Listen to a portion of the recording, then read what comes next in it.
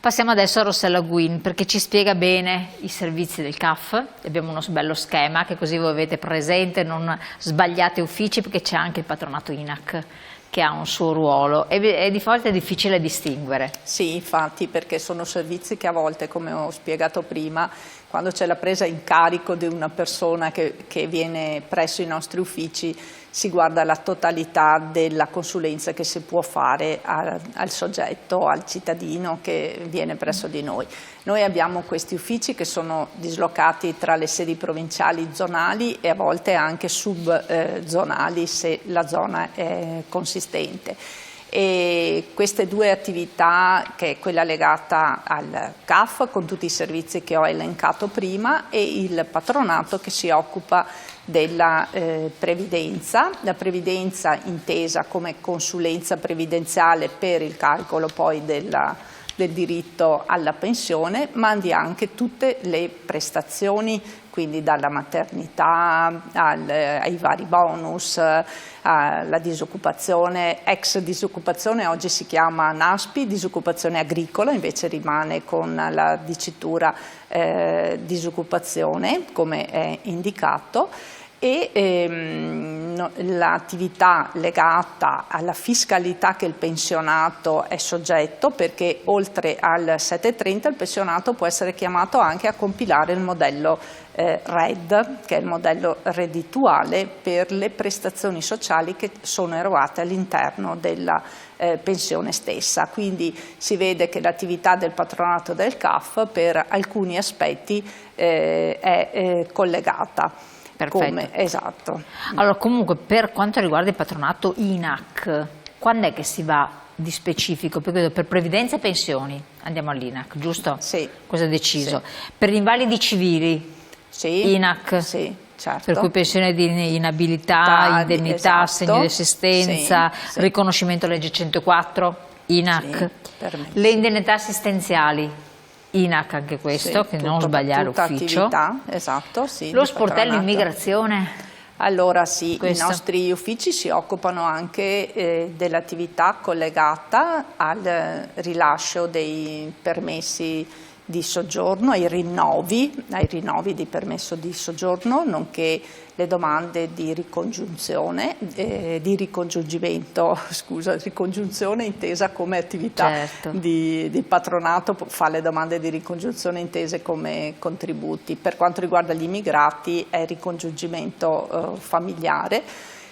Forniscono una consulenza anche per quanto la richiesta della cittadinanza, perché dopo diversi anni che un cittadino straniero è qui in Italia può chiedere, quindi dopo i 10 anni può chiedere la cittadinanza, e quindi c'è anche questa attività legata all'ufficio immigrati. Sempre INAC, quando si parla di infortuni, e purtroppo ce ne sono anche abbastanza, anche lì ci si reca all'INAC per le indennità varie, per gli aggravamenti ricorsi, per le cure climatiche anche. E anche per le malattie professionali. Altro aspetto importante. Esatto, che è un aspetto molto importante la malattia professionale, perché qualsiasi soggetto che abbia lavorato in qualsiasi attività con mansioni più svariate può ottenere il riconoscimento di questa malattia legata all'esercizio dell'attività che svolgeva o che svolge attualmente, perché potrebbe essere anche tuttora in attività, quindi la può chiedere da qualsiasi età.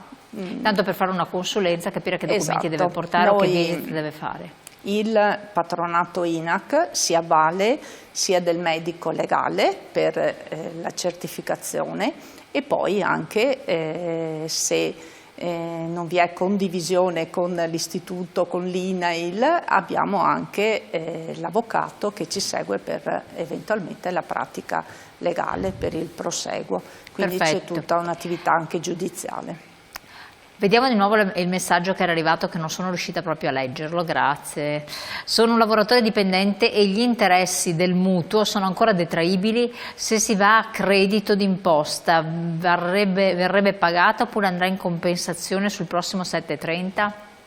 Allora parliamo Partiamo sempre dal presupposto che io posso portare in detrazione gli interessi passivi che pago per il mutuo finalizzato all'acquisto, alla costruzione o alla ristrutturazione della mia abitazione principale. E quindi devo avere ben chiaro il concetto di abitazione principale, che è quella dove il contribuente o i suoi familiari hanno la dimora abituale. Quindi quelli possono essere ancora detratti.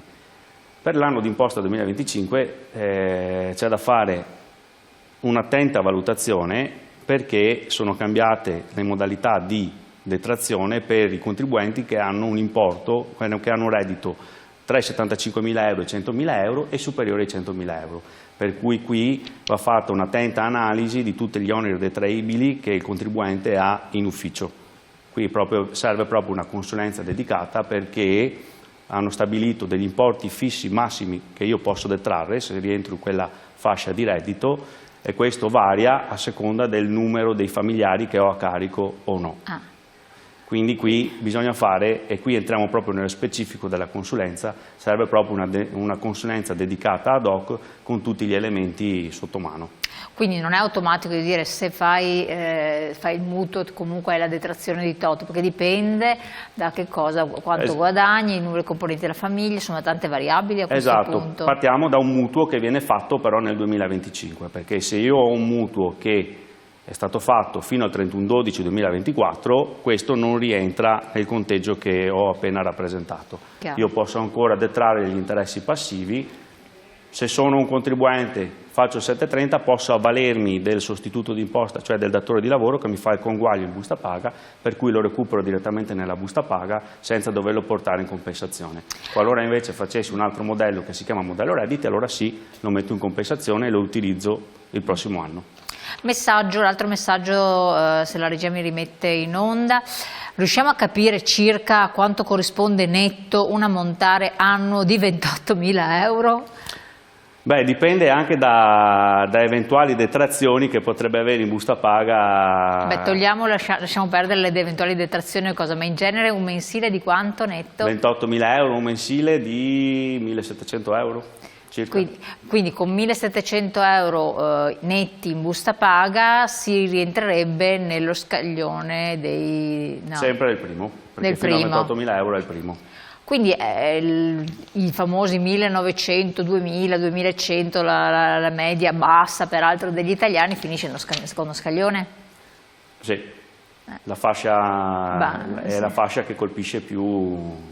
la fascia più cittadini, quindi quella che è di che percentuale è, ricordiamolo? Il 23%. Il 23%, perfetto.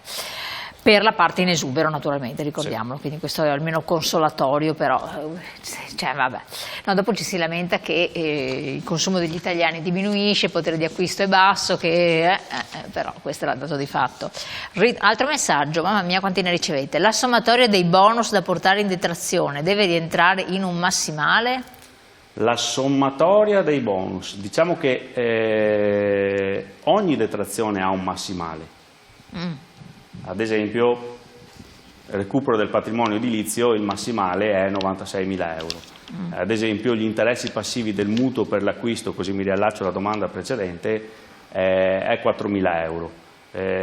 Ogni bonus ha un massimale. Ogni bonus ha il suo sì. massimale, ricordiamolo, ok. Escluse le spese mediche, anche lì ce l'avrebbe che è 15.493, però poi le posso rateizzare in massimo 4 rate, per cui quella è l'unica spesa, diciamo, che ha un massimale con cui io posso giostrarmi in fase di consulenza. Però tutte le detrazioni hanno un massimale. Quello è importante. Anche le deduzioni, ad eccezione fatta per i contributi previdenziali. Come detrazioni, ecco, l'unica che non ha detrazioni sono le spese di istruzione universitaria fatta solo con l'università pubblica, perché con l'università privata ho dei massimali stabiliti a seconda dell'area geografica dove è ubicata l'università. Mentre con quella pubblica non ci sono... Con quella pubblica se pago 6.000 euro, ad esempio, detraggo il 19% su 6.000 euro. Ok, quella privata, attenzione, esatto. Perché vabbè, qua da noi non è che ce ne siano, però uno va a Milano, sono no, ce ne sono, qui in Veneto no, però tanti vanno a studiare a Milano, piuttosto che fanno magari piuttosto si appoggiano alle università telematiche che rientrano giusto. sempre Quelle private. Esatto. Perfetto, 2 parole soltanto sulla formazione. Chi di voi mi fa... La formazione... abbiamo qui proprio 2 parole. È un formatore. Ci ha impegnato. Allora, ci tengo a precisare che siccome come CAF ci siamo imposti quello di dare un servizio di qualità, appunto abbiamo deciso di fare una formazione importante. Come 730 siamo partiti da ottobre per finire il 2 aprile. Nel mezzo abbiamo fatto anche formazione per quanto riguarda ISE, successioni, come Veneto, ci tengo a sottolineare come Veneto, grazie anche a CIA Padova, abbiamo fatto una formazione specifica dedicata sul servizio colf badanti, quindi lavoro domestico, che è un servizio in cui crediamo e che va incontro a diverse esigenze delle famiglie. Quindi colf badanti, siccome siete iperperformati, a questo punto CAF CIA. Assolutamente. CAF CIA è preparatissimo a questo riguardo, che è molto importante. Ultimissima battuta per quanto riguarda l'ISE, che è il tormentone di molti, in questo caso si va al CAF, giusto? Sì. Si va al CAF, fate l'ordinario, i minori, l'università, sociosanitario, residenziale, parificato e l'assegno di inclusione, tante altre cose, quindi quello che riguarda l'ISE lo fate voi? Sì, lo fa il CAF. Lo fa il CAF, elabora sempre il CAF. Perfetto. Ecco, qua stiamo vedendo tutte le sedi dei CAF CIA presenti sul territorio, no, dei CIA Veneto. CIA Veneto, ci tengo a precisare che Rovigo non è stata messa perché come società di servizi è Padova e Rovigo. Padova e Rovigo, te l'abbiamo menzionato, che via della Croce Rossa, poi abbiamo Venezia, poi abbiamo Treviso, poi abbiamo Vicenza, poi abbiamo Belluno, poi abbiamo Verona, però i numeri di telefono sono importanti, rivedete la puntata e fate una foto a questo, oppure comunque li trovate sul sito della CIA Veneto, perché bisogna prenotare gli appuntamenti, fondamentale, giusto? Assolutamente. Altrimenti non si accede, se uno viene lì è una difficoltà, avete la coda.